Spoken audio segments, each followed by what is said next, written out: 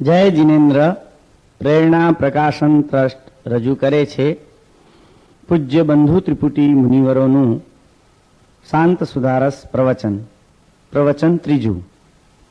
પ્રવચનકાર પૂજ્ય મુનિરાજ શ્રી જીમચંદ્ર વિજયજી મહારાજ, બંધુ ત્રિપુટી. પ્રવચન સ્થળ ત્રિશલા નગર, ટીજી પેવેલિયન, મહાલક્ષ્મી, મુંબઈ 26. સમય 9 જુલાઈ 1987, સવારે 9 વાગે.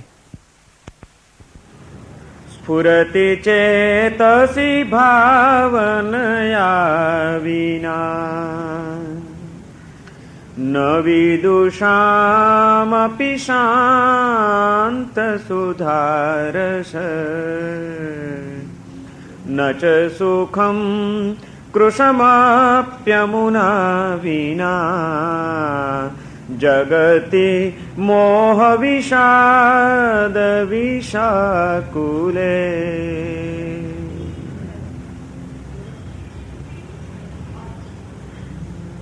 પરમ જ્ઞાની મહોપાધ્યાય વિનય વિજયજી મહારાજ શાંત સુધારસ નામના ગ્રંથનો પ્રારંભ કરે છે અને ગ્રંથના પ્રથમ શ્લોકમાં એ પરમાત્માને નમસ્કાર કરે છે અને પરમાત્માની વાણી હંમેશા તમારું રક્ષણ કરો એવા આપણને આશીર્વાદ આપે છે. જે પરમાત્માને નમસ્કાર કરે છે અને પરમાત્માની જે વાણીનું સ્મરણ કરે છે એની પાછળ એમણે એક કલ્પના ચિત્ર આપ્યું છે. એક ભયંકર ગાઢ જંગલ છે જેમાંથી નીકળવાનો ક્યાંય કોઈ માર્ગ સૂજે એવો નથી અને એવા કોઈ જંગલની અંદર એક મુસાફર ભૂલો પડી ગયો છે. ચારે બાજુ ઘનઘોર જંગલ છે, રસ્તો છૂટી ગયો છે, અધૂરામાં પૂરું વાદળા ઘેરાયેલા છે, ચારે બાજુ ધોધમાર વરસાદ પડી રહ્યો છે. વરસાદના કારણે ઠેક ઠેકાણે વનસ્પતિઓ એટલી બધી ઉગી નીકળી છે કે જે કેડીઓ હતી જંગલની એમાંથી બહાર નીકળવા માટેની એ કેડીઓ પણ આ વનસ્પતિના કારણે ઢંકાઈ ગઈ છે. ક્યાંય કેતા ક્યાંય કોઈ રસ્તો સૂચતો નથી. એવા ઘનઘોર જંગલમાં વરસતા વાદળાઓની નીચે ચારે બાજુ વ્યાપ્ત થઈ ગયેલી વનસ્પતિ અને ઘેરાયેલા વાદળોના કારણે અંધકાર થઈ ગયો છે. પાછું અંધારું એવું છે કે ક્યાંય કંઈ સૂજે એવું પણ નથી. રસ્તો છે નહીં, ભૂલા પડી ગયા છે, વરસાદ વરસી રહ્યો છે, ચારે બાજુ અંધકાર વ્યાપેલો છે. એવા ક્ષેત્રની અંદર ભૂલા પડેલા એ મુસાફરની સ્થિતિ શું થાય? આ એક કલ્પના ચિત્ર મૂકીને વિનય વિજયજી મહારાજ કહે છે કે આ સંસાર રૂપી જંગલની અંદર જીવાત્મા ભૂલો પડી ગયો છે. કેવું છે આ જંગલ? નિરંદ્રે ભવકાનને. ભવકાનન સંસાર રૂપી જંગલ જે નિરંદ્ર, જેમાંથી નીકળવા માટેનું કોઈ છીંડું પણ બહાર દેખાતું નથી. નિરંદ્રે ભવકાનને પરિગલત પંચાશ્રવાંભોદરે, જ્યાં આગળ કર્મબંધના કારણો રૂપે આશ્રવો સતત કર્મની વર્ષા કરી રહ્યા છે. નવા નવા નિત નવા કર્મો બંધાઈ રહ્યા છે. નાના કર્મલતા વિતાન ગહને મોહાંધકારોદ્ધુરે, અને જ્યાં આગળ મોહનો અંધકાર વ્યાપી ગયેલો છે એવા સંસારની અંદર ભૂલા પડેલા જીવોના હિત માટે, એમના કલ્યાણ માટે આ બિચારો જીવાત્મા જંગલમાં ભૂલો પડ્યો છે, રખડી રહ્યો છે, હેરાન થઈ રહ્યો છે. લાવ એને સાચા રસ્તે ચડાવી દઉં, માર્ગે મૂકી આવું. આવી કરુણા જેમના હૃદયમાં જન્મી છે એવા ભૂલા પડેલા જીવો પ્રત્યે કરુણા રસથી ભરેલા તીર્થંકરના આત્માઓ એ કરુણાને સક્રિય કરવા માટે જે વાણી વહાવે છે એ તીર્થંકરોના મુખમાંથી વહી નીકળેલી વાણી હંમેશા તમારું રક્ષણ કરો, એટલે કે ભૂલા પડેલા આત્માઓને માર્ગે લાવવા માટે એ સમર્થ બનો. આપણો જીવાત્મા જેમાંથી નીકળી શકવું બહુ મુશ્કેલ છે, જેમાં માર્ગ ક્યાંય સૂજતો નથી, ભૂમિયાઓ જલ્દી મળતા નથી, ઘનઘોર અંધકાર મોહનો ઘેરાઈ ગયો છે, એવા જંગલમાં ભૂલા પડેલા આપણા જેવા જીવાત્માઓને માટે બહાર નીકળવાનો કોઈ માર્ગ, આપણું રક્ષક જો કોઈ બળ હોય તો એ આ તીર્થંકર પરમાત્માની વાણી છે. અને એવી વાણી હંમેશા તમારું રક્ષણ કરો એવા આશીર્વાદ આપ્યા પછી બીજા શ્લોકની અંદર હવે વિનય વિજયજી મહારાજ એક નવી જ વાત આપણને કરી રહ્યા છે. અને એમાં એમણે એમ કીધું કે સ્ફુરતિ ચેતસી ભાવનયા વિના ન વિદુષામપી શાંત સુધારસ, કે આ ગ્રંથની અંદર હું 16 ભાવનાઓ બતાડવાનો છું. અનિત્યાદિ 12 ભાવનાઓ, મૈત્ર્યાદિ 4 ભાવનાઓ. આ જે 16 ભાવનાઓની મારે વાત કરવી છે એ ભાવનાનું શું મહત્વ છે એ આ બીજા શ્લોકની અંદર બતાડે છે કે શા માટે મેં બીજો કોઈ સબ્જેક્ટ, બીજો કોઈ વિષય પસંદ ન કર્યો અને મનનું ઘડતર કરતી આ ભાવનાઓ રજૂ કરવાનો નિર્ણય મેં શા માટે કર્યો છે?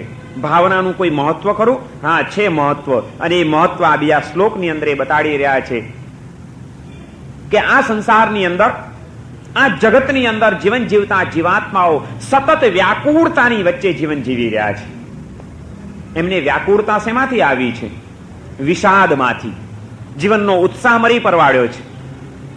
જીવન આજે કંટાળારૂપ, ત્રાસરૂપ, ભારરૂપ, વેઠરૂપ બનવા માંડ્યું છે. માણસને હવે જિંદગી પૂરી કરવાની છે, પણ દિવસો પસાર કરો, બસ જીવી નાખો, જેટલી જિંદગી છે એટલી પસાર કરી જઈશું, આવી એક કલ્પનામાં માણસ સતત ભાર તળે જીવન જીવી રહ્યો છે. વિષાદ છે એના ચિત્તની અંદર, ઉદ્વેગ છે, કંટાળો છે, ભાર છે, અને વિષાદમાંથી વ્યાકુળતા જન્મી છે. પણ વિષાદ શેમાંથી જન્મ્યો છે? એના પણ મૂળમાં જાય છે વિનય વિજયજી મહારાજ કે એને વિષાદ જન્મ્યો છે મોહમાંથી. જગતી મોહ વિષાદ વિષાકુલે. વિષાદનું વિષ, ઉદ્વેગ, કંટાળો, ભાર, એનું ઝેર, એ ઝેર એવું રગરગમાં વ્યાપી ગયું છે. માણસના જીવનની પ્રત્યેક પળો એવી વિષાદથી ખરડાયેલી છે કે એના કારણે એના ચિત્તમાં સતત વ્યાકુળતા સતાવી રહી છે. પણ એ વિષાદનું વિષ પેદા શેમાંથી થયું? એ થયું છે મોહમાંથી. જગતની અંદર કેવું જગત, એનું આ વિશેષણ વાપર્યું એમણે કે મોહ વિષાદ વિષાકુલે. મોહ, એમાંથી જન્મતો વિષાદ, એ વિષાદરૂપી વિષ, અને એ વિષની અસરના કારણે વ્યાકુલ થયેલા એવા આ જગતના જીવાત્માઓ. એમ એ વાત કરે છે આગળ કે એવા જીવાત્માઓને આ સંસારની અંદર શાંત રસની અનુભૂતિ થવી એ તો કેટલી બધી મુશ્કેલ છે. એ થઈ શકે એમ જ નથી. અને એ શાંત રસની અનુભૂતિ કોને થવી મુશ્કેલ છે? કોઈ અબુજ માણસોને, મૂર્ખ માણસોને, અજ્ઞાની જીવોને? ના. વિનય વિજયજી મહારાજ એમ કે છે કે ન વિદુષામ અપી શાંત સુધારસ. અજ્ઞાનીઓ તો નહીં, જ્ઞાની માણસો, વિદ્વાન માણસો, પંડિત માણસો પણ શાંતિનો અનુભવ કરી શકે એ મુશ્કેલ બની ગયું છે આજે આ સંસારની અંદર અને આ જગતની અંદર. વિદુષામ અપી, ન વિદુષામ અપી. વિદ્વાનોને પણ શાંત રસની પ્રાપ્તિ થવી સરળ નથી, મુશ્કેલ છે. એવું આ જગત વિષાદ અને વ્યાકુળતાથી વ્યાપ્ત બનેલું છે. તો એને જો શાંત રસની અનુભૂતિ કરવી હોય તો શું કરવું જોઈએ? સ્ફુરતિ ચેતસી ભાવનયા વિના. જો પવિત્ર ભાવનાઓ હૃદયમાં સ્ફુરે નહીં, પવિત્ર ભાવનાઓથી એનું હૃદય પુલકિત બને નહીં, પવિત્ર ભાવનાઓ, તત્વદ્રષ્ટિઓ એ જો એના અંતરમાં રમી જાય નહીં, તો ભાવનાઓનો સહારો લીધા વિના અજ્ઞાની માણસો તો ઠીક, પણ વિદ્વાન માણસો પણ શાંત રસની અનુભૂતિ કરી શકે એ મુશ્કેલ કાર્ય છે. એટલું બધું વિષાદ અને વ્યાકુળતાથી આ વિશ્વ ઘેરાયેલું છે. કારણ કે એ વિષાદ અને એમાંથી ઉભી થતી વ્યાકુળતાનો ભોગ અજ્ઞાનીઓ નથી બનતા, વિદ્વાનો પણ બને છે. એમને આ વ્યાકુળતા અને વિષાદ જન્માવનાર કયું તત્વ છે? મોહ છે. પર પદાર્થ, ચૈતન્ય સિવાય, આત્મ તત્વ સિવાય જેટલા પણ પર પદાર્થો છે એ પર પદાર્થને પામવાનો, મેળવી લેવાનો, ભોગવી લેવાનો જે મોહ જન્મે છે, સંસારી જીવોની માનસિક પરિસ્થિતિનું પૃથક્કરણ કરે છે અહીંયા આગળ વિનય વિજયજી મહારાજ કે આ સંસારની અંદર જીવન જીવતો વિદ્વાન હોય કે અબુજ અને અભણ માણસ હોય, પણ સામાન્યથી દરેક સંસારી જીવની આ એક ભૂમિકા રહી છે, આ એક પરિસ્થિતિ રહી છે કે સૌથી પહેલા એ પર પદાર્થના પરિચયમાં આવે છે, સંપર્કમાં આવે છે. કોઈ પણ વસ્તુ, કોઈ પણ વ્યક્તિ, એ વસ્તુ અને વ્યક્તિના કારણે ઊભી થતી કોઈ પણ પરિસ્થિતિ, એની સાથે પહેલા આપણે સંપર્કમાં આવીએ છીએ. કોઈક વસ્તુના સંપર્કમાં આવ્યા, કોઈક વ્યક્તિના સંપર્કમાં આવ્યા. જે વસ્તુ કે વ્યક્તિના આપણે સંપર્કમાં આવીએ છીએ સૌથી પહેલા, તે વખતે તરત જ એનું કોઈક બાહ્ય રૂપ, એની ઝાક જમાડ આપણને આકર્ષિત કરે છે. એટલે કે આપણા અંતરમાં એની પ્રત્યે મોહ જન્મે છે કે આ વ્યક્તિ ભાઈ આપણને ક્યારેક કામ લાગશે, જરાક સંબંધ સારી રીતે બાંધી લઈએ, ઓળખાણ કરી લઈએ, ઓળખાણ મોટી ખાણ છે, ક્યારેક ને ક્યારેક કામ લાગશે. આ આકર્ષણ થયું માણસને. વસ્તુ આવે છે, આ વસ્તુ બહુ સારી છે, આકર્ષણ થયું એની પ્રત્યે. કોઈ પણ વ્યક્તિ કે વસ્તુના સંપર્કમાં આવે છે પહેલા આપણું ચિત્ત, આપણું જીવન. આપણે વસ્તુના સંપર્કમાં આવ્યા, સંપર્કમાં આવ્યા પછી તરત જ એની પ્રત્યે આપણા મનની અંદર એક આકર્ષણ અને મોહ જન્મે છે. પણ આપણે જે કલ્પનાઓ બાંધીએ, જે મોહ જન્મ્યો એ આપણો મોહ સફળ જ થાય એવો નિર્ણય નથી. એ તમારા મોહમાં તમે નિષ્ફળ પણ જઈ શકો છો. પહેલા મોહ જન્મે છે. મોહમાં જ્યારે નિષ્ફળતા મળે છે ત્યારે એમાંથી વિષાદ જન્મે છે માણસને. મેં આ માણસ માટે આવી કલ્પના નહોતી કરી, આવી મને ખબર નહીં તો એની સાથે હું સંબંધ બાંધત જ નહીં. એને આવું કર્યું મારી સાથે.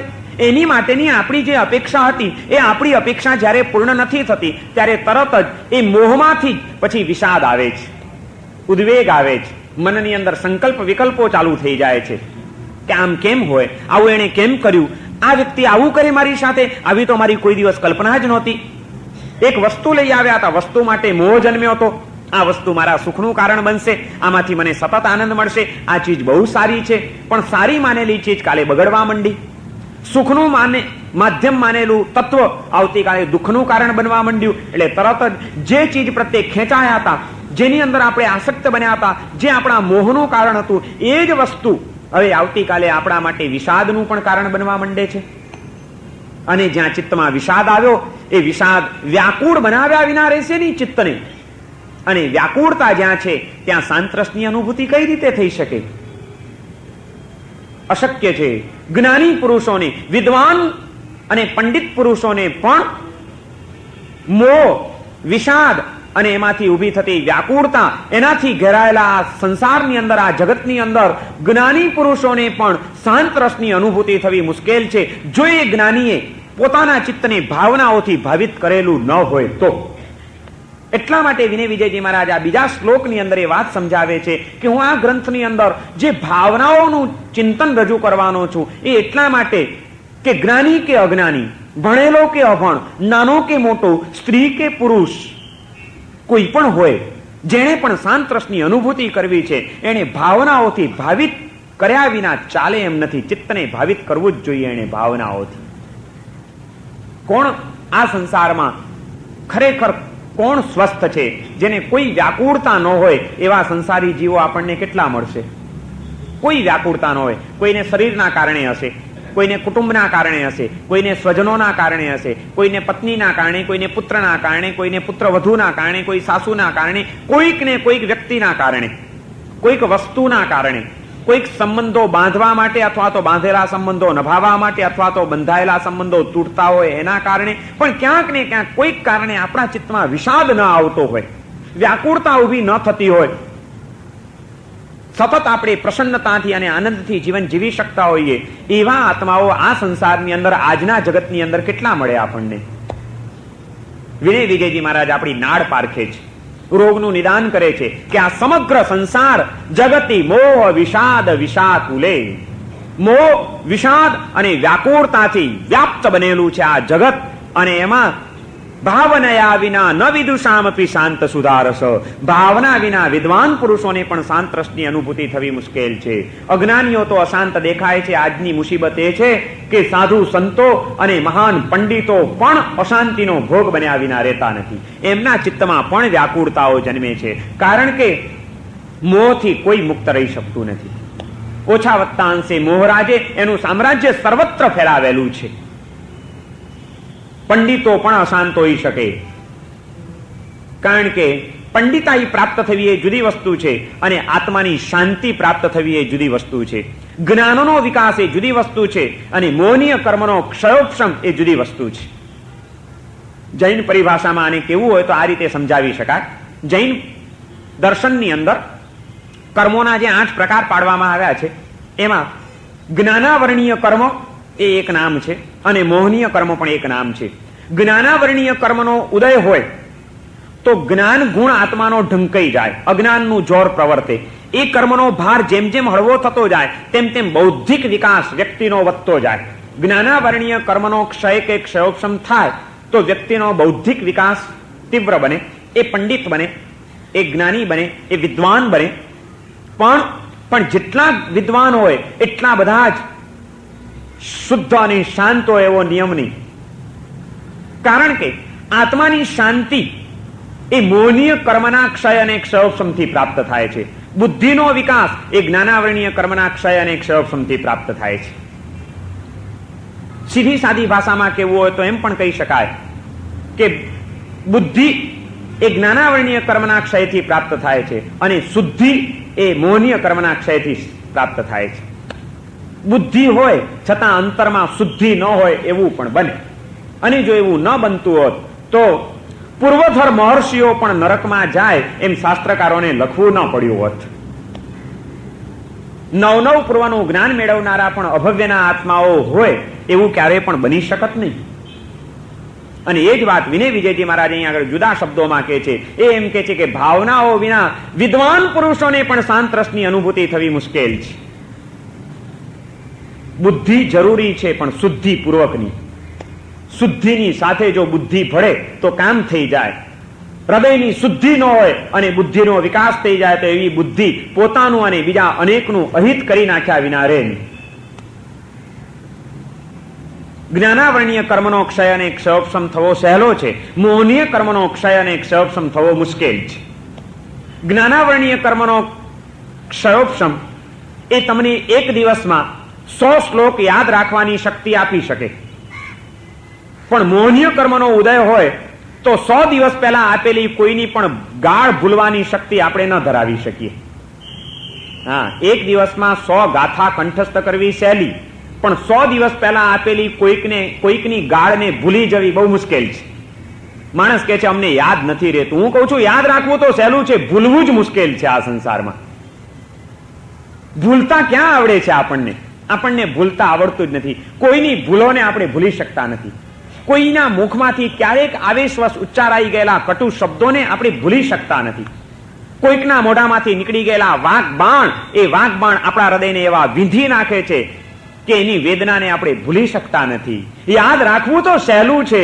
એ તો જ્ઞાનાવરણીય કર્મનો ક્ષયોપશમ થઈ જાય તો તમારી યાદ શક્તિનો વિકાસ થઈ જાય, એમાં કોઈ મોટી વાત નથી. ખરેખર કરવા જેવો તો મોહનીય કર્મનો ક્ષયોપશમ છે કે જેમાં બધું ભૂલતા આવડે આપણને. ભૂલી જવું બહુ મુશ્કેલ છે.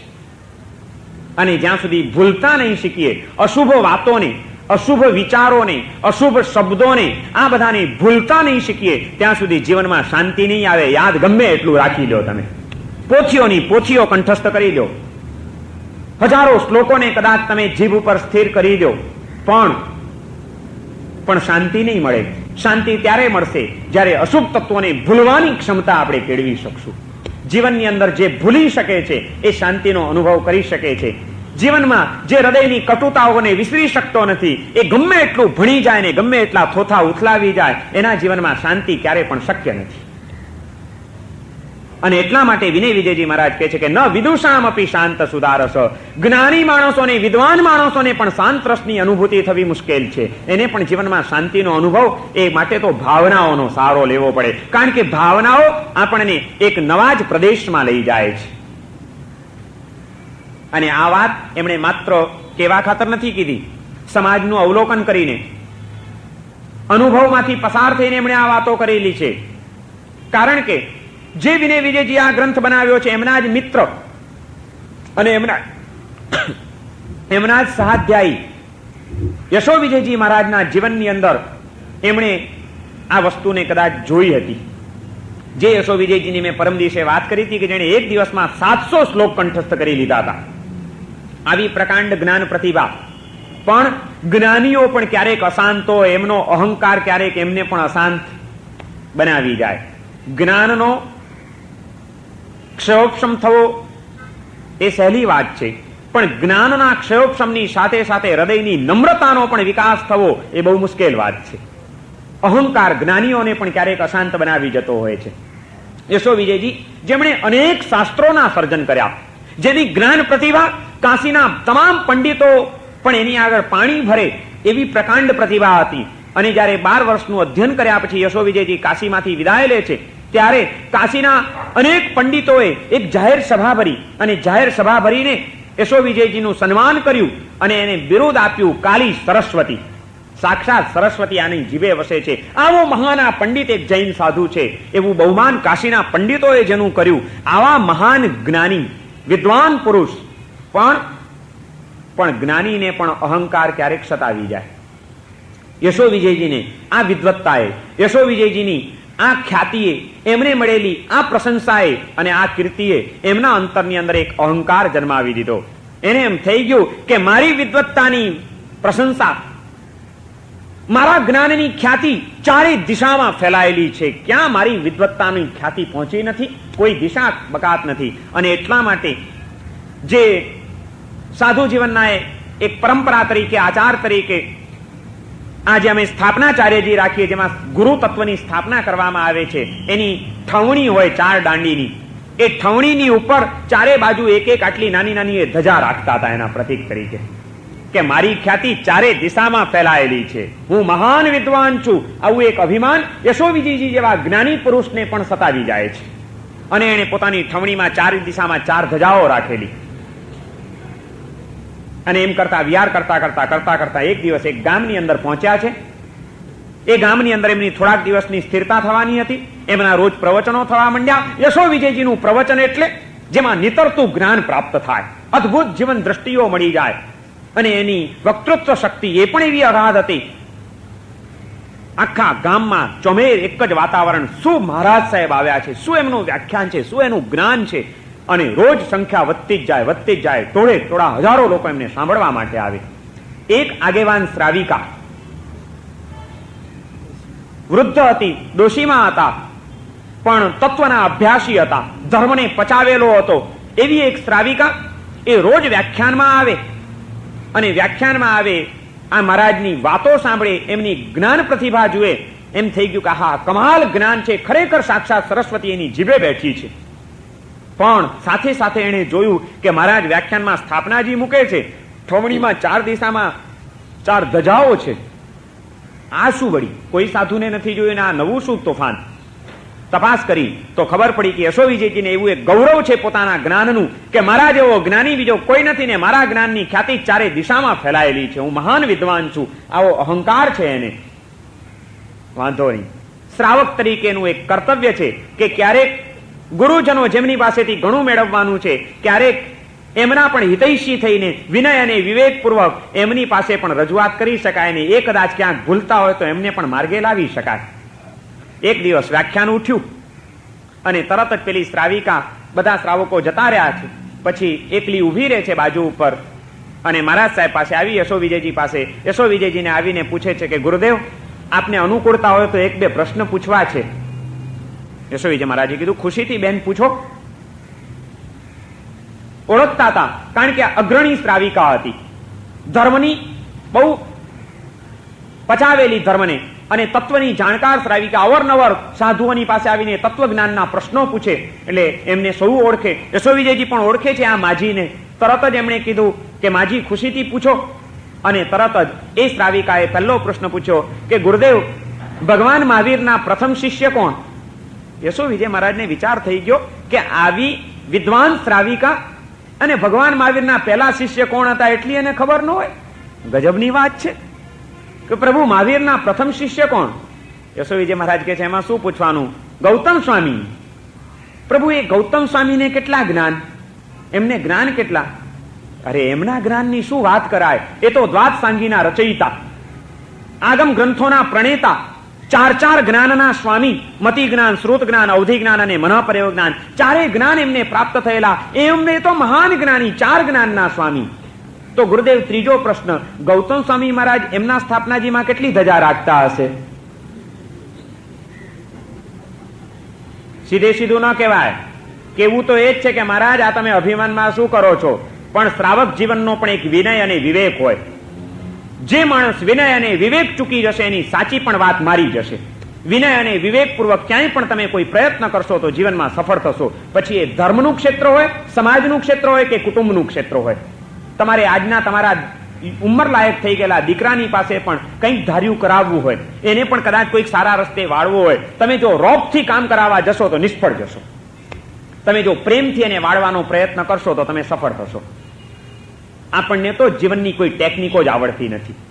જીવનના ક્ષેત્રમાં નીકળી પડ્યા છીએ, પણ એક ક્ષેત્રમાં કઈ રીતે કામ કરવું એ જીવન જીવતા આપણને આવડે છે ખરું?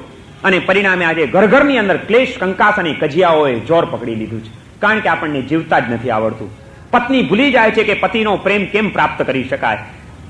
પતિ ભૂલી જાય છે કે પત્નીની પાસેથી ધાર્યું કેમ કરાવી શકાય. પિતા એ ભૂલી જાય છે કે બાળક કેમ મને ભૂલી શકે, એ મને સમર્પિત રહેવો જ જોઈએ. અને પુત્ર પણ એ ભૂલી જાય છે કે પિતા પ્રત્યેના મારા કર્તવ્યો શું છે ને મારા વિનય વિવેક શું છે. બધા પોતાના કર્તવ્યો ચૂક્યા છીએ. એમાંથી ઘણી બધી સમસ્યાઓ આજે ઊભી થઈ ગઈ છે.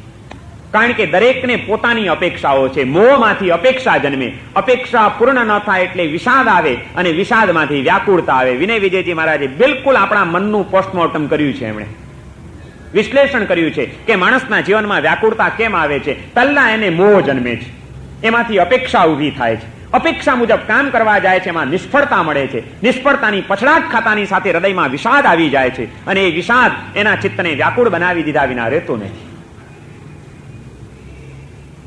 કેવું તો એ છે ડોશીમાને કે મહારાજ સાહેબ, આ તમારા જેવા જ્ઞાની અને આ શું અભિમાનમાં ચડ્યા છો, ચાર ચાર ધજાઓ રાખીને બેઠા છો. પણ ડાયરેક્ટ એટેક કોઈ દિવસ ના કહેવાય કરાય. કામ ધાર્યું કરવું હોય તો ઇનડાયરેક્ટ મેથડથી કામ કરવું જોઈએ. આપણે હંમેશા ડાયરેક્ટ એટેક કરવા જઈએ છીએ એટલે પેલાનો અહમ એવો છંછેડાય. એ હવે તમારી સાચી પણ વાત હોય તો હું નહીં સાંભળું, બોલો નથી માનું, હું કરવાનું છું, તમારે શું કહેવું છે, એમ જ કહેશે પેલો. એના કરતા તમે એને ટેકનિકથી, હોશિયારીથી, પ્રેમથી સમજાવીને તમે એને પાટા ઉપર લઈ આવો તો ફટ દઈને ઠેકાણું પડી જાય. ડોશીમાં જેવા ડોશીમાં પણ કેટલા સમજદાર હશે, કેટલી ટેકનિકથી કામ કરે છે. એને આ રીતે શરૂઆત કરી. ભગવાન મહાવીરના પ્રથમ શિષ્ય કોણ? એ ગૌતમ સ્વામીને કેટલા જ્ઞાન. અને જયારે યશો વિજયજીએ કીધું કે મહાન જ્ઞાની, ત્યારે ધીમે રહીને તો સાહેબ એ એમના સ્થાપનાજીમાં કેટલી ધજા રાખતા હશે. યશો વિજયજી તો વિચક્ષણ પુરુષ હતા, જ્ઞાની પુરુષ હતા.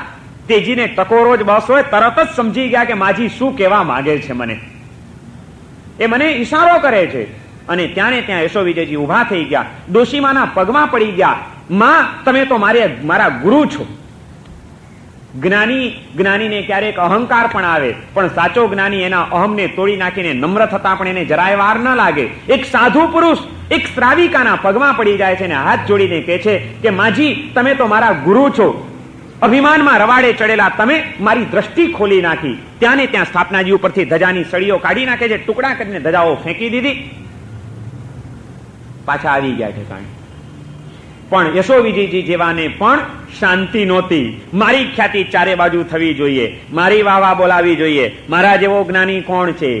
વિનય વિજયજી મહારાજ કહે છે, ન વિદુ શામ અપી શાંત સુધારસ. વિદ્વાન જનોને પણ શાંત રસની અનુભૂતિ થવી મુશ્કેલ છે. એમનો અહંકાર એને શાંતિથી બેસવા જ ન દે. એ જ યશો વિજયજી મહારાજે એક વખત વિહાર કરતા કરતા એક ગામની અંદર પધારેલા છે. પ્રવચનો થાય છે, હજારોની ઠઠ્ઠ જામેલી છે. અને એમાં વિહાર કરતા કરતા આનંદગન એટલે તો એક ઓલિયો માણસ હતો, અલગારી સંત. નહીં એના કપડાના ઠેકાણા, નહીં એના કોઈ બહારના દેખાવના ઠેકાણા. એ તો એની આત્માની મસ્તીમાં હોય. પણ આનંદગંજીએ સાંભળેલું કે યશો વિજય મહાન જ્ઞાની છે ને બહુ મોટો લોકોપકાર કરી રહ્યા છે, અનેક લોકોને ધર્મ પમાડી રહ્યા છે ને ધર્મ માર્ગે વાળી રહ્યા છે. આનંદગંજી પોતે આત્મનિષ્ઠ સંત હતા, અલગારી માણસ હતા, જંગલોમાં રહેતા હતા, ગુફાઓમાં રહીને શુદ્ધ ચારિત્ર પાડતા હતા. કદાચ એટલું નિર્મળ ચારિત્ર યશો વિજયજી નહીં પાડતા હતા, કદાચ એટલા અલગારી એ નહોતા થયેલા. પણ યશો વિજયજીની જ્ઞાન પ્રતિભા એને એના કારણે હજારો લોકોને જે ધર્મ પમાડી રહ્યા હતા, એ માટે આનંદગંજીના હૃદયમાં યશો વિજયજી માટે સદભાવ હતો કે એ પણ એક મહાન કાર્ય છે. આજના કળિકાળની અંદર જીવોને ધર્મ માર્ગે વાળવા, ધર્મનું જ્ઞાન આપવું, સાચી સમજણ આપવી, એ પણ કેટલું મહાન કાર્ય છે. અને યશો વિજયજી આવું કાર્ય કરી રહ્યા છે, ધન્ય છે એમને. યશો વિજયજીની અનુમોદના. યશો વિજયને કોઈ દિવસ જોયા નથી, એની ખ્યાતિ સાંભળીને, એની વાતો સાંભળીને આનંદગંજી હૃદયમાં પ્રસન્નતા અનુભવે છે. આજે જ્ઞાનની સાચી જ્ઞાન દ્રષ્ટિ આપનાર અને ધર્મની પ્રભાવના કરનાર, હજારો આત્માને ધર્મ માર્ગે વાળનાર વ્યક્તિઓ પણ આ સંસારમાં ક્યાં મળે? અને એ યશો વિજય કામ કરી રહ્યા છે. વાહ, મારે એને ક્યારેક મળવું જોઈએ. જ્ઞાની છે જ્ઞાની મિલે કરે જ્ઞાન કી બાત.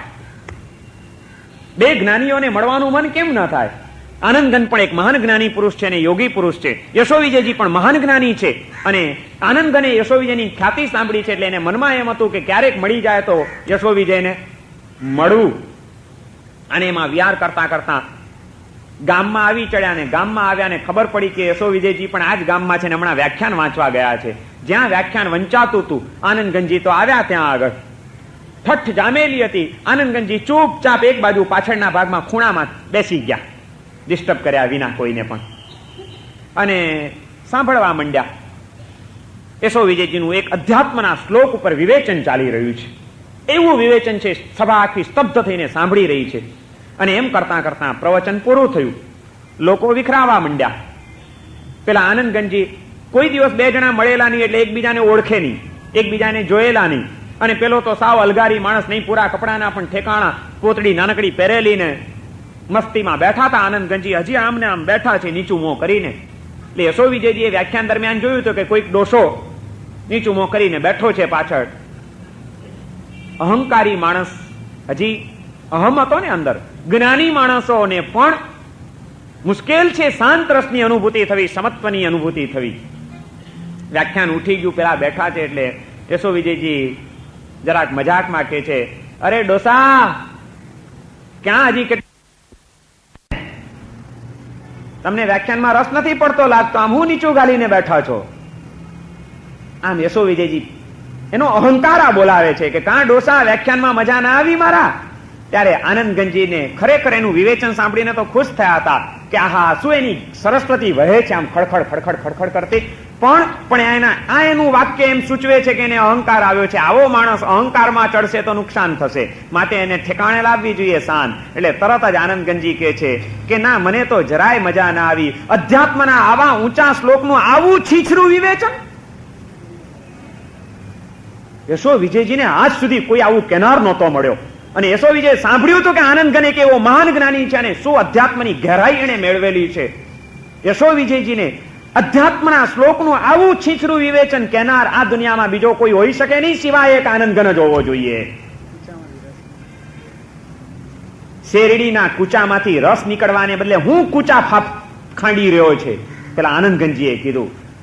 યશો વિજયજીને થઈ ગયું કે મને થપાટ મારવાની તાકાત આ દુનિયામાં કોઈને નથી સિવાય એક આનંદગન. અને સાંભળ્યું હતું કે એ કોઈ અલગારી માણસ છે, તરત જ પાટ ઉપરથી નીચે કૂદી પડ્યા. આપનું શુભ નામ? મને લોકો આનંદગન કહે છે. લોકો મારું વળી નામ કેવું? હું તો અનામી છું, હું તો અરૂપી છું. લોકો મને આનંદગન કહીને બોલાવે છે. ઓહો, આપ આનંદગનજી પધારો, હવે આપ આ શ્લોકની ઉપર વિવેચન કરો. અને ત્યાં હજી સભા ઉભી થયેલી બેઠી હતી. યશો વિજયજી કહે છે કે મેં તો હજી ખાલી શેરડીના કૂચા જ તમારી આગળ ધર્યા છે, ખરેખર રસ પીવો હોય તો બેસી જાઓ. અને આનંદગંજીએ એ શ્લોકની ઉપર પાછું વિવેચન ચાલુ કર્યું. સ્તબ્ધ થઈ ગયા છે સૌ કોઈ. અને પ્રવચન પૂરું થઈ ગયું, લોકો વિખરાઈ ગયા. પછી આનંદગંજી અને યશો વિજયજી બંને જણા એકાંતમાં બેસે છે. અને પછી ખરેખરી વાતો જે ચાલી છે, કઈ વાતો હશે? ખરેખર મને તો ઘણી વખત આવા પ્રસંગો જયારે જાણવા મળે ત્યારે એમ થાય કે વિજ્ઞાન થોડુંક પાછળ રહ્યું. જો થોડુંક વહેલું આ વિજ્ઞાને વિકાસ સાધ્યો હોત ને તે વખતે કોઈ ટેપ રેકોર્ડરના જમાના હોત, આજે આ અમારા પ્રવચનો ટેપ થાય છે, એના કરતા આનંદગનની ને યશો વિજયજીની ચર્ચાઓ જો ટેપ થઈ ગઈ હોત તો એમાંથી આપણને તો કેવું માખણ મળત તત્વજ્ઞાનનું. શું ગજબની જ્ઞાન દ્રષ્ટિઓ આપણને પ્રાપ્ત થઈ જાય. બે જ્ઞાનીઓ, પ્રકાંડ જ્ઞાનીઓ ભેગા પડે ત્યારે શું થાય? બે અજ્ઞાનીઓ ભેગા પડે ત્યારે શું થાય? નિંદા કુથલી અને પારકી પંચાતો. અને બે જ્ઞાનીઓ ભેગા પડે ત્યારે જ્ઞાનની છોડો ઉછળે. જ્ઞાની સે જ્ઞાની મિલે કરે જ્ઞાન કી બાત, ગદ્ધે સે ગદ્ધા મિલે કરે લાતમ લાત. બીજું હું કરે પણ બે ગધેડા ભેગા થયા હોય એકબીજાને લાત મારે, બરોબર, તું આવો ને તું આવો, તું આવો ને તું આવો. અજ્ઞાનીઓ નિંદા કુથલીની લાતમ લાતો સિવાય બીજું કંઈ સમજતા નથી. અને જ્ઞાનીઓ જ્ઞાન રસની છોડો ઉછાળવા સિવાય બીજું કંઈ એમને આવડતું નથી. બે જણાનો સંપર્ક થયો. અને યશો વિજયજીએ પોતે પોતાના પછીના ગ્રંથોની અંદર, યશો વિજયજીના જીવનકાળના પ્રારંભના જે ગ્રંથો છે એ ગ્રંથોની અંદર વાદ વિવાદ અને પાંડિત્યનું પ્રદર્શન આપણને જોવા મળે છે. અને યશો વિજયજીના જીવનના ઉત્તરકાળના જે ગ્રંથો બનાવ્યા છે એમણે, એ ગ્રંથોની અંદર નિતરતો અધ્યાત્મ આપણને જોવા મળે છે. અને એ જ યશો વિજયજીએ પોતે પોતાના ગ્રંથોમાં ઉલ્લેખ કર્યો છે કે હું વિદ્વાન હતો પણ મને સાચો જ્ઞાની બનાવનાર આનંદઘન મને મળ્યા કે જેને મારી દ્રષ્ટિ ખોલી નાખી, મારા અહમને ઉતારી નાખ્યો. અને એ પછી આનંદઘનની અષ્ટપદી બનાવી છે યશો વિજયજીએ મેરે તો માત આનંદ ગન, તાત આનંદ ગન, ભ્રાત આનંદ ગન, ગુરુ આનંદ ગન, પ્રભુ આનંદ ગન. મારા માટે તો મારી માં હોય તો આનંદ ગન છે, બાપ હોય તો આનંદ ગન છે, ભાઈ હોય તો આનંદ ગન છે, એ જ મારો ગુરુ છે ને એ જ મારો પ્રભુ છે. આનંદ ગનની અષ્ટપદી બનાવી છે. અને એમાં એ યશો વિજયજી જેવા મહાન જ્ઞાનીએ પણ જેમનો પોતાની ઉપર ઉપકાર થયો છે એવા આનંદ ગંજીની સ્તુતિ કરી છે. આનંદ ગંજીની પ્રત્યે પોતાનો કૃતજ્ઞ ભાવ વ્યક્ત કર્યો છે. ગમે તેવો જ્ઞાની હોય પણ જો કોઈકનો ઉપકાર થયો છે તો એના ઉપકારીના ઉપકારને કોઈ દિવસ ભૂલાય નહીં. જેણે આપણને કંઈક નવી દ્રષ્ટિ આપી છે એની પ્રત્યેનો કૃતજ્ઞ ભાવ ક્યારેય પણ વિસરાય નહીં. આનંદગંજી જેવા યોગી પુરુષ મળ્યા પછી યશો વિજયજીની દ્રષ્ટિમાં અને જીવનમાં આખું એક નવું પરિવર્તન આવ્યું અને અધ્યાત્મ મૂલક એની દ્રષ્ટિ બની ગઈ. પછી સાચી શાંત રસની અનુભૂતિ એ કરી શક્યા છે. પણ શરૂઆતના કાળમાં તો એણે વાદ વિવાદો કર્યા છે. બીજાને હરાવવા, પોતાની પ્રતિષ્ઠા સ્થાપિત કરવી, એવા જ ગ્રંથો રચવા, એ ધમધમાટમાં યશો વિજયજીએ જિંદગીના વર્ષો વિતાવ્યા છે. અને એ એના મિત્ર વિનય વિજયજીએ જોયેલું હતું. માટે વિનય વિજયજી મહારાજે શાંત સુધારસના બીજા શ્લોકની અંદર આ વાત કરી રહ્યા છે કે ભાવનયા વિના ન વિદુષામ અપી શાંત સુધારસ. ભાવના વિના વિદ્વાન પુરુષોને પણ શાંત રસની પ્રાપ્તિ થવી, શાંત રસની અનુભૂતિ થવી મુશ્કેલ છે. વિદ્વાન હોવું એ જુદી વસ્તુ છે ને જ્ઞાની હોવું એ જુદી વસ્તુ છે. માત્ર માહિતી એનું નામ છે વિદ્વત્તા, અને આત્મ પરિણતિ મત જ્ઞાન એનું નામ છે સાચું જ્ઞાન. માહિતી અને જ્ઞાનમાં ફરક. વિષાદ એટલે વ્યાકુળતા, કંટાળો, ઉદ્વેગ, ભાર. શું જ્ઞાન અને માહિતીમાં શું ફરક? માત્ર માહિતી જ ભરી નાખીએ જો આ ખોખાની અંદર, આ ખોપરીની અંદર ઘણા બધા પુસ્તકોની માહિતી જ ભરી નાખી હોય, જે માહિતી આત્માને શાંતિ ન અપાવી શકે, જે માહિતી શુદ્ધિનો વિકાસ ન કરી શકે, જે વિદ્વત્તા જીવનને કોઈ પરિવર્તનના તબક્કે ન લાવી શકે, એ વિદ્વત્તા માત્ર કોરી વિદ્વત્તા કહેવાશે, એને જ્ઞાન નહીં કહેવાય. સમ્યક જ્ઞાનમાં અને વિદ્વત્તામાં ફરક છે. વિદ્વત્તામાં માત્ર માહિતી હોય અને એને જો જ્ઞાન કહેવાતું હોય, અને એવા વિદ્વાનો જો પૂજ્ય કહેવાતા હોય તો તમને ખબર છે સૌથી વધુ જ્ઞાન ક્યાં મળશે તમને? મુંબઈની મોટામાં મોટી લાઇબ્રેરી કઈ છે ભાઈ? હે છે કે નહીં? સેન્ટ્રલ લાઇબ્રેરી છે ને મુંબઈની. એ સેન્ટ્રલ લાઇબ્રેરીમાં કબાટો કેટલા હશે? સેંકડો. અને એ એક એક કબાટની અંદર પુસ્તકો કેટલા હશે? આખી લાઇબ્રેરીમાં જોવા જાવ તો હજારો કે લાખો પુસ્તકો હશે. તો એક એક કબાટને જઈને પગે લાગવું જોઈએ. એનામાં કેટલું બધું જ્ઞાન પડેલું છે. એને જ ગુરુ બનાવી લેવા જોઈએ. માત્ર માહિતી ભરી નાખવી એને જ જો જ્ઞાન કહેવાતું હોત ને એ જો પૂજનીય બનતા હોત તો સૌથી વધુ જ્ઞાન કબાટોમાં ભરેલું છે. પણ એ કબાટની અંદર ભરેલા પુસ્તકો અને એમાં પડેલું જ્ઞાન, એ જ્ઞાનની સાથે કબાટને કોઈ લેવા દેવા ખરી? લોખંડના 4 પાયાના કબાટને કે લાકડાના 4 પાયાના કબાટને અંદર ભરેલા સેંકડો પુસ્તકોના જ્ઞાન સાથે કોઈ લેવા દેવા ખરી? એનો કોઈ લાભ કબાટને ખરો? નહીં. આપણે આપણા ખાનાઓમાં પુસ્તકો ભરી દઈએ, તમને એમ નથી લાગતું જો એની સાથે આપણા જીવનને કોઈ લેવા દેવા ન હોય તો પેલું 4 પાયાનું કબાટ છે ને આ 2 પાયાનું કબાટ બની જાય? માત્ર માહિતી ભરવી એનું કોઈ બહુ જાજુ મૂલ્ય નથી. જે માહિતી, જે જ્ઞાન આત્માને સ્પર્શતું નથી, જીવનને પરિવર્તનના તબક્કે લાવી શકતું નથી, દ્રષ્ટિનું પરિવર્તન કરી શકતું નથી, એ જ્ઞાન પણ જ્ઞાન નથી કહ્યું. એને તો માત્ર માહિતી કહી છે. એવી માહિતી તો કબાટોમાં પણ ભરેલી હોય છે. આપણે આપણી ખોપરીમાં ભરી દઈએ એથી શું ફરક પડ્યો? એથી અહંકાર નહીં ટળે, એથી અશાંતિઓ નહીં ટળે, એથી સાચી શાંતિનો અનુભવ નહીં થઈ શકે. સાચી શાંતિનો અનુભવ કરવા માટે તો જ્ઞાનની સાથે અધ્યાત્મની દ્રષ્ટિ પડવી જોઈએ. જે જ્ઞાન કેન્દ્રમાં આત્માને રાખીને ચાલી રહ્યું હોય, આત્મલક્ષી અને આત્મકેન્દ્રીય જે જ્ઞાન છે, એ જ જ્ઞાન જીવનને કોઈક શાંતિ રસની અનુભૂતિ કરાવી શકશે. અને એટલા માટે એ શાંત રસની અનુભૂતિ કરવા માટે, વિષાદ અને વ્યાકુળતામાંથી બચવા માટે વિનય વિજયજી મહારાજ કહે છે કે ભાવનાઓના સહારે ચાલ્યા જવું જોઈએ. નહીં તો ગમે એટલી માહિતી હશે, વિશ્વમાં પ્રસિદ્ધિ હશે, મહાન જ્ઞાની માણસ ગણાતો હશે, પણ એ પણ અશાંત રહેવાનો છે. અને એ વાત આપણને બીજી રીતે પણ ઇતિહાસમાં જોવા મળે છે. શેક્સપિયરનું નામ સાંભળ્યું છે? વિશ્વ પ્રસિદ્ધ વ્યક્તિ, મહાન કવિ, સાહિત્યકાર. એની પાસે જ્ઞાન કેટલું? પણ શેક્સપિયર પણ અશાંત હોઈ શકે. વિશ્વ પ્રસિદ્ધ વિદ્વત્તા ધરાવતો સાહિત્યકાર અને કવિ ગણાતો એવો શેક્સપિયર પણ અશાંત હતો. શેક્સપિયર અનેક કાવ્યોની રચના કરતા હતા અને કવિઓ હંમેશા કલ્પનાઓમાં વધુ ઉડતા હોય. એકવાર શેક્સપિયર આમ બેઠા હશે અને બેઠા બેઠા એને અચાનક એક કલ્પના આવી કે માની લો કે હું બેઠો છું અને મારી પત્ની અચાનક બીમાર પડી અને એ બીમારીમાં મારી પત્નીનું મૃત્યુ થઈ ગયું. મારી પત્નીનું મૃત્યુ થઈ જશે તો મારું શું થશે? આ વિચારમાં ચડી જાય છે શેક્સપિયર. અને એ વિચારમાં ચડી જવાના કારણે એને જે કલ્પનાઓ કરી એ કલ્પનાઓ એના ચિત્તને વિષાદ અને વ્યાકુળતાથી ઘેરી લીધો. એકદમ વિવ્વળ બની ગયો અને એ વ્યાકુળતામાં એણે એક કાવ્યની રચના કરી. જાણે કે પોતાની પત્ની નથી એવી કલ્પના કરીને. હકીકતમાં પત્ની બેઠી છે, જીવતી જાગતી છે, સહી સલામત છે, પણ કદાચ પત્ની મરી જાય તો આ વિચાર કરીને પણ શેક્સપિયર અશાંત બની ગયો, વ્યાકુળ બની ગયો અને એને વિવ્વળતા એના કાવ્યની અંદર વ્યક્ત થઈ ગઈ. પત્નીના વિદાયની કલ્પના પણ શેક્સપિયરને અશાંત બનાવી શકે છે. કારણ કે વિદ્વત્તા હતી, જ્યાં આત્મસ્પર્શિતા નથી ત્યાં આગળ શાંતિ ક્યાંથી હોઈ શકે? અને એની સરખામણીમાં 4 ચોપડી પણ નહીં ભણેલો અમારો નરસિંહ મહેતો, એને જોઈ લ્યો. એ પણ ભગવાનના જુનાગઢના એ મંદિરની અંદર ભજનિયા ગાતો બેઠો હતો, હાથમાં મંજીરા હતી અને ભજન ગાઈ રહ્યો છે. અને એટલામાં ગામના 4 ડાયા માણસોએ દોડતા આવીને કીધું કે ભગત અહીં શું બેઠા છો? જલ્દી ઘરે ચાલો, ભાભી વૈકુંઠવાસી થયા. નરસિંહ મહેતાના પત્ની માણેકબા, એ માણેકબા એકાએક અવસાન પામ્યા.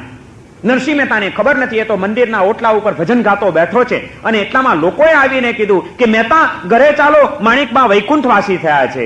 ત્યારે નરસિંહ મહેતાને શું થયું? એણે પોક મૂકી. પોતાની પત્ની મૃત્યુ પામી ગઈ છે સમાચાર અણધાર્યા એકાએક મળ્યા ત્યારે નરસિંહ મહેતાએ શું કર્યું હશે? પોક મૂકી. એ તો ભજનિયા ગાય છે ને કોકે આવીને કીધું કે માણેકબા વૈકુંઠવાસી ત્યાં એની મસ્તી તો એ જ છે, ભલું થયું ભાંગી જંજાળ, સુખે બચશું શ્રી ગોપાળ. શું કેમ ભલું થયું ભાંગી જંજાળ? તમારા જેવી પ્રેમાળ પત્ની એને નહીં મળી હોય. મને લાગે છે રોજ કુસ્તી થતી હશે ઘરમાં. માણેકબા કેવા મળ્યા હતા ખબર છે તમને? નરસિંહ મહેતાને તો ઓળખો, એની પત્નીને ઓળખો છો ખરા? નરસિંહ મહેતાને કેવી પત્ની મળી હશે? રોજ ઘરમાં ઝઘડા કરતી હશે, ત્રાસ પોકારી ગયા હશે નરસિંહ મહેતા. અને એમાં એને ખબર પડી કે મરી ગઈ એટલે બિચારાએ નિરાંતનો દમ ખેંચ્યો હશે કે ભલું થયું ભાંગી જંજાળ. અરે પ્રેમાળ, પ્રેમ ભર્યો સંસાર હતો નરસિંહ મહેતાનો. પણ બહુ સંસ્કારી અને ધર્મપ્રેમી પત્ની મળી હતી નરસિંહ મહેતાને, જે એને ભગવત ભક્તિમાં સહાય કરતી હતી, જે એના ઘર સંસારની જવાબદારીઓ પ્રેમથી અને ઉમળકાથી નિભાવતી હતી. નરસિંહ મહેતાને કોઈ ઘરની ચિંતા નહોતી, બધી ચિંતા એની પત્નીએ ઉપાડી લીધી હતી. અને માટે જ નરસિંહ મહેતો ભજનિયા ગાઈ શકતો હતો. ક્યાંય કોઈ પણ બોલાવે કે મહેતા આવજો આજે રાતના અમારે ત્યાં ભજન ગાવા, તો નરસિંહ મહેતાને પત્નીનો વિચાર નહોતો કરવો પડતો કે એને ખોટું તો નહીં લાગે ને કે આ તો આખો દાડો ધર્મનું પૂંછડું થઈને ફરે છે, અમારી તો કઈ ધ્યાન રાખતો નથી. પત્ની કોનું નામ? આર્ય દેશની. શું તમે લોકો હમણાં આખો દાડો અહીં અમારી પાસે પાછળ ફર્યા કરો, મહારાજની પાછળ, તો શું થાય ઘરવાળાઓને? શું થાય? આખો દાડો બસ તો તમે તો ધર્મ ધર્મ ધર્મ મહારાજ પાછળ ને સમાજ પાછળ ફર્યા કરો છો. અમારી જોડે તો બેસવાની ફુરસદ નથી. કોઈ દાડો અમને ફરવા લઈ ગયા? કોઈ દાડો તમને એમ થયું કે ચાલો જરા નિરાંતે બેસીએ? તો પછી અમને પરણ્યા શું કામ? આવું કે અમારી આર્ય દેશની પત્નીઓ? તમે તે અમારા છો કે ધર્મના? પણ એ પત્નીઓ ભૂલી જાય છે કે જે ધર્મનો નહીં થાય કોઈ દાડો તારો થવાનો નથી. જેને ઉપકારી એવા ધર્મ પ્રત્યે સમર્પણ નહીં હોય, એને શ્રદ્ધા નહીં હોય, એને તારી શું પડી રહેશે? પત્નીએ તો એક ઉલટી પ્રેરણા આપવી જોઈએ કે જાઓ ધર્મ કરો, કારણ કે જો ધર્મ માર્ગે વળ્યા હશો તો જ તમે અમને સાચી શાંતિ આપી શકશો. ધર્મ વિના શાંતિ પામતો નથી કોઈ માણસ, ને કોઈને શાંતિ પમાડી શકતો નથી. શાંતિ પામવી હોય ને શાંતિ પમાડવી હોય તો એ ધર્મ તત્વના શરણે ગયા વિના ચાલે એમ નથી, કારણ કે સાચી શાંતિનું કેન્દ્ર એ ધર્મ છે. નરસિંહ મહેતો એને પત્ની એવી મળી હતી જે એના દરેક કાર્યમાં સહયોગી બનીને રહેતી હતી. પત્નીનું કાર્ય એક જ છે, પતિની પ્રસન્નતા કેમ વધે, બસ એમાં મારે એના સહયોગી થવું છે. આ પોતાનો આદર્શ ધર્મ જે સમજી શકતી હોય એ પત્ની જ જીવનમાં સફળ બની શકે. અપેક્ષાઓ રાખીને જો સંઘર્ષો ઉભા કરશો તો જીવનમાં દુઃખી થશો. સમર્પિત બનીને જીવનનું અર્પણ કરશો તો જીવનમાં સુખી થશો. નરસિંહ મહેતો કોકે આવીને કીધું કે માણેકબા વૈકુંઠવાસી થયા ને એ જ મસ્તીથી ગાય છે, ભલું થયું ભાંગી જંજાળ સુખે બસુ શ્રી ગોપાળ. બેની હવે તુલના કરો. એક બાજુ છે શેક્સપિયર અને એક બાજુ છે નરસિંહ મહેતો. પત્ની હયાત બેઠી છે, પણ કદાચ પત્ની મરી જશે તો એ પત્નીની વિયોગની કલ્પનામાં વિહ્વળ બની જતો શેક્સપિયર ક્યાં, અને પત્નીના મૃત્યુની વાસ્તવિકતાને પણ પચાવી જતો નરસિંહ મહેતો ક્યાં? બેની વચ્ચે કોઈ ફરક દેખાય છે? એક કલ્પના કરીને પણ અશાંત બની રહ્યો છે, અને એકની પત્ની ખરેખર ચાલી ગઈ છે, તે છતાં પણ એ આઘાતને જીરવી જાય છે અને સ્વસ્થતાને શાંતિ જાળવી રાખે છે. કોણ જ્ઞાની? 4 ચોપડી પણ નહીં ભણેલો નરસિંહ મહેતો વધુ સુખી હતો કે દુનિયાની અંદર નામ કમાઈ ચૂકેલો શેક્સપિયર વધુ શાંત હતો? શાંતિનો સંબંધ માહિતી સાથે નથી.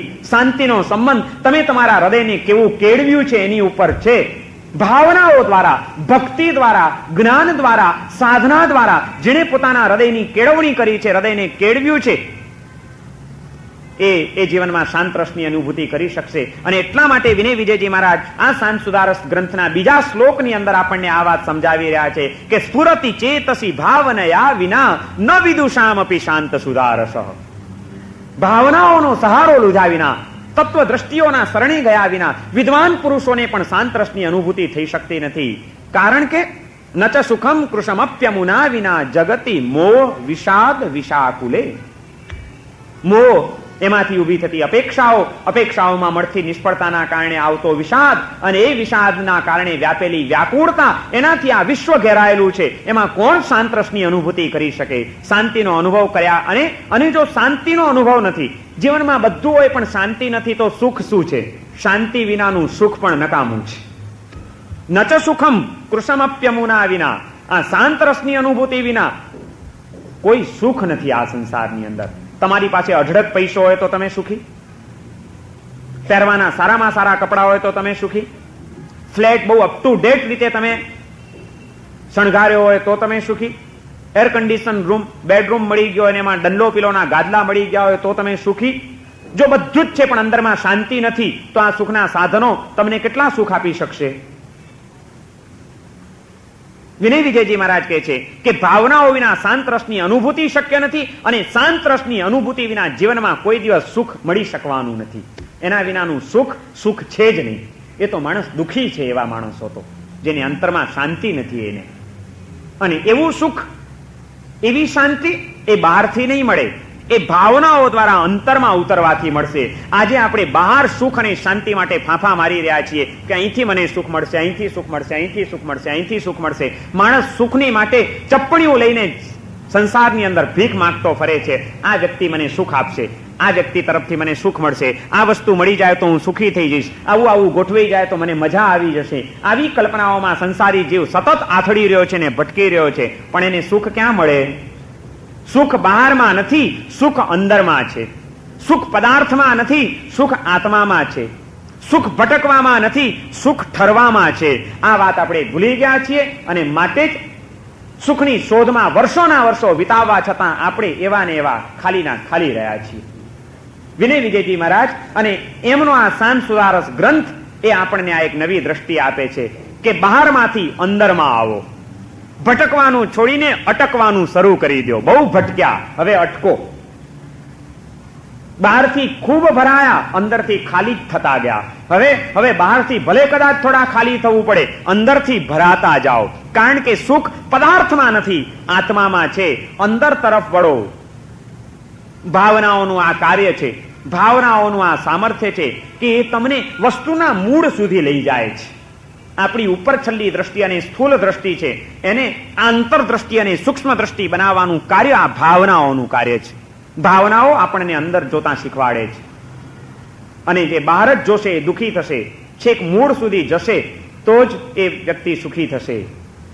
આજે આપણી વૃત્તિ શ્વાન વૃત્તિ બની ગઈ છે. શ્વાન એટલે કૂતરો. કૂતરા જેવી દ્રષ્ટિ અને વૃત્તિ છે આપણી, માટે આપણે દુઃખી થઈએ છીએ. કૂતરો ક્યાંક હાડકું પડ્યું હોય, દોટ મૂકે, હાડકું મોઢામાં પકડે, અને પકડીને એને એમ લાગે કે જાણે આમાં રસ છે, એટલે હાડકાને ચાવવા માટે આમાં મહેનત કરે. અને જેમ જેમ જોરથી હાડકું ચાવે એટલે એના પેઢા છોલાય અને એમાંથી લોહી ની ટીસીઓ ફૂટે, એ લોહી જે મળે ચાટવા મીઠું લાગે એટલે એમ સમજે કે આ હાડકામાંથી મને મીઠાશ મળી રહી છે, એટલે વધુ એને ચાટે, વધુ એને બટકા ભરે. જેમ વધુ બટકા ભરતો જાય એમ વધુ લોહી નીકળતું જાય, વધુ લોહી ચાટતો જાય અને માને એમ કે આ હાડકામાંથી મને મીઠાશ મળી રહી છે. પરિણામે દુખીને દુખી થતો જાય, સોજો આવી જાય. એ કોઈ દિવસ વિચારતો નથી કે મને જે મીઠાશ મળે છે હાડકાની છે કે મારું લોહી નીકળી રહ્યું છે એ હું ચાટી રહ્યો છું. મૂળ સુધી પહોંચવાની દ્રષ્ટિ જ કૂતરાની નથી હોતી. એ તો હાડકામાં જ સુખ માનીને હાડકાને પકડ્યા કરે. એમ આ સંસારી જીવ પદાર્થમાંથી જ સુખ મેળવવાની ધૂનમાં વિવિધ પદાર્થોને પામવા માટે સતત શક્તિઓનો સંઘર્ષ કરી રહ્યો છે, શક્તિઓનો વ્યય કરી રહ્યો છે, સમયની બરબાદી કરી રહ્યો છે. અને બધું કરીને માંડ માંડ ક્યાંક એને કોઈક સુખની કલ્પના, સુખનો આભાસ દેખાય એટલે એમ સમજે છે કે આમાંથી સુખ મળ્યું. એ ભૂલી જાય છે કે સુખ એમાંથી મળી શકતું જ નથી. એમાં તો લોહી લુહાણ થવાનું છે. સુખ મેળવવા માટે તો એને છોડવું પડશે.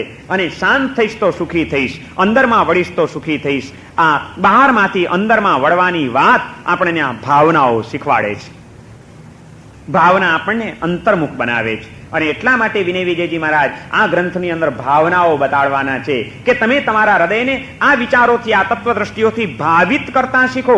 જેટલું તમારું હૃદય ભાવિત થયેલું હશે આ વિચારોને વાગોડીને, એટલા તમે સુખી થઈ શકશો. બાકી તો તમે કદાચ બહુ જ્ઞાન મેળવ્યું હશે, બહુ ભણ્યા હશો, બહુ થોથા ઉથલાવ્યા હશે, બહુ યાદ રાખ્યું હશે, તો પણ તમે શાંતિનો અનુભવ નહીં કરી શકો. વિદ્વાન માણસો પણ બહુ અશાંત છે, બહુ અશાંત છે. કારણ કે એના મનમાં પણ અપેક્ષાઓ તો ઊભી જ છે.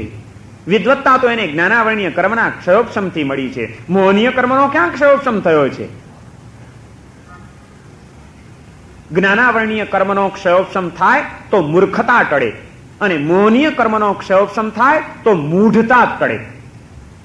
મૂર્ખતા અને મૂઢતા બેમાં ફરક છે.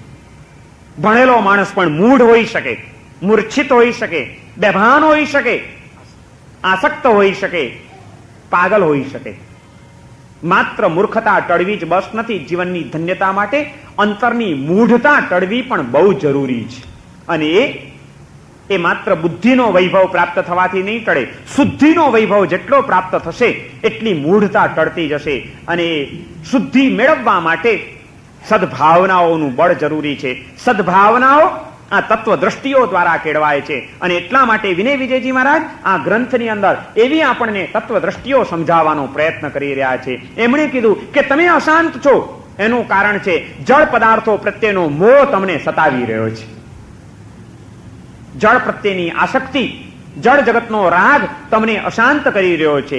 એ રાગને તોડવા માટે આ જે પદાર્થો તમારી સામે આવે એ કેવા અનિત્ય છે, એ કેવા અસરણું રૂપ છે, એ કેવા વિચિત્ર છે, એ બધાની વચ્ચે તમારું આત્માનું સ્વરૂપ શું છે, આ બધા વિચારોને તમારે સમજવા પડશે.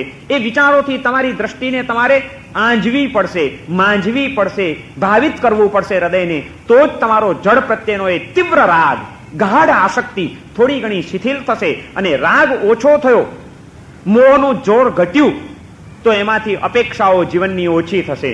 અને જે માણસની અપેક્ષાઓ ઓછી થશે એને પછી નિષ્ફળ થવાનો ક્યાં સવાલ જ છે? એને પછી નિરાશ થવાનો ક્યાં સવાલ છે? એને પછી વિષાદ કોણ લાવી શકે એના જીવનમાં? જેને અપેક્ષા જ નથી, ઈચ્છા જ નથી, આશા જ નથી, એને નિરાશ કોણ કરે? આશા રાખીએ તો નિરાશ થઈએ ને, આશા જ ન રાખીએ તો ક્યાં નિરાશ થવાનું છે? કપડાં પહેરો તો મેલા થાય ને, કપડાં જ ન હોય તો કોઈ મેલા થવાના છે? એમ આશા રાખીએ તો નિરાશા આવે છે ને, આશા જ ના રાખો કોણ તમને નિરાશ કરી શકે એમ છે?